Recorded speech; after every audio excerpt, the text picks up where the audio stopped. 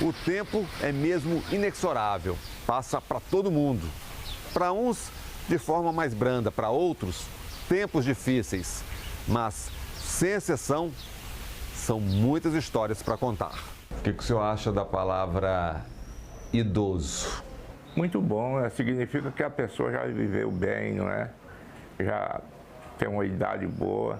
Eu não vejo um peso nessa palavra, porque se eu já cheguei nessa fase de idoso, é porque eu já deixei muita estrada para trás. A gente tem hoje uma população de idosos já significativa no Brasil, de aproximadamente 32 milhões de pessoas, que corresponde aí a cerca de 14% dessa pirâmide demográfica. Até 2070 é projetado que nós praticamente teremos uma falência do modelo de financiamento da Previdência Social. Por quê?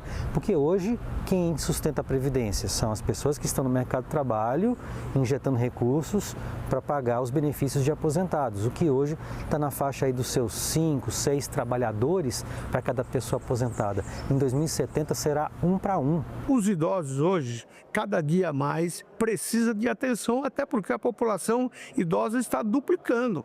Então nós precisamos criar política pública de atenção ao idoso, mas de acordo com as regiões do Brasil. Cada município tem uma liberdade de fazer leis acima daquilo que nós temos hoje.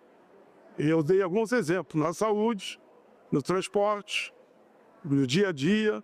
Eu acho que essa proposta que nós estamos aprovando, ela força a criação de uma política pública mais arrojada e de uma política pública que contemple todas as necessidades da população idosa brasileira. É garantir que nenhuma pessoa idosa seja deixada para trás.